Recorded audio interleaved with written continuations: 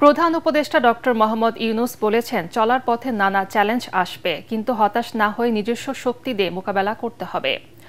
তরুণরা সক্রিয় থাকলে দেশের কোনো সমস্যা থাকবে না বলেও বিশ্বাস করেন তিনি।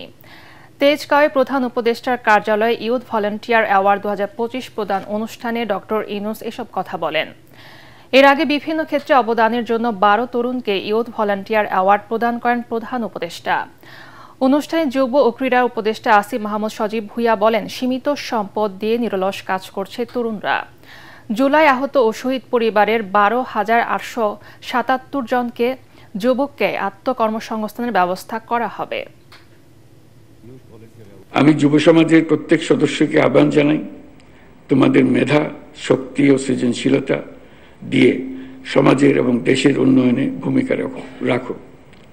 তোমাদের সাফল্য কেবল ব্যক্তিগত অর্জনে সীমাবদ্ধ না রেখে অন্যদের জন্য অনুকরণীয় দৃষ্টান্ত করো। আমি বিশ্বাস করি, তরুণরা সক্রিয় থাকলে দেশের কোনো সমস্যায় আর অমীমাংসিত থাকতে পারে না। ফরিদপুর 4 সংসদীয় আসনের সীমানা পুনর্বহালের দাবিতে ভাঙ্গায় মহাসড়ক রেলপথ অবরোধের ঘটনায় বর্তমান ও সাবেক ইউপি চেয়ারম্যান সহ 90 জনের নামে মামলা করেছে পুলিশ। এতে আরও 100 থেকে 150 জনকে অজ্ঞাত আসামি করা হয়েছে। ভাঙ্গা থানার এসআই হাবিবুর রহমান বাদী হয়ে মামলাটি দায়ের করেন। মামলায় 1 নম্বর আসামি করা হয়েছে আলগী ইউনিয়ন পরিষদের চেয়ারম্যান মোহাম্মদ সিদ্দিক মিয়াকে।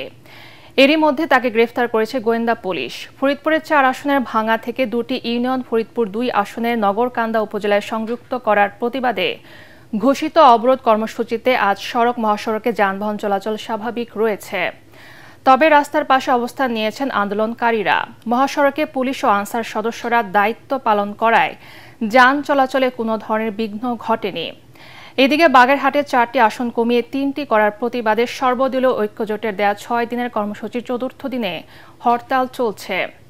বাগেরহাটের 16টি রোডে দূরপাল্লার কোনো পরিবহন ছেড়ে না যাওয়ায় চরম ভোগান্তিতে যাত্রীরা। হরতালের কারণে জেলা জুড়ে বন্ধ রয়েছে দোকানপাট। বেলা বাড়ার সাথে সাথে জেলা নির্বাচন অফিস, জেলা প্রশাসকের কার্যালয় সহ গুরুত্বপূর্ণ দপ্তরের সামনে জড়ো হচ্ছেন হরতালকারীরা। দপ্তরগুলির প্রধান ফটক বন্ধ করে দেওয়ায় অচল অবস্থায় বাগেরহাট।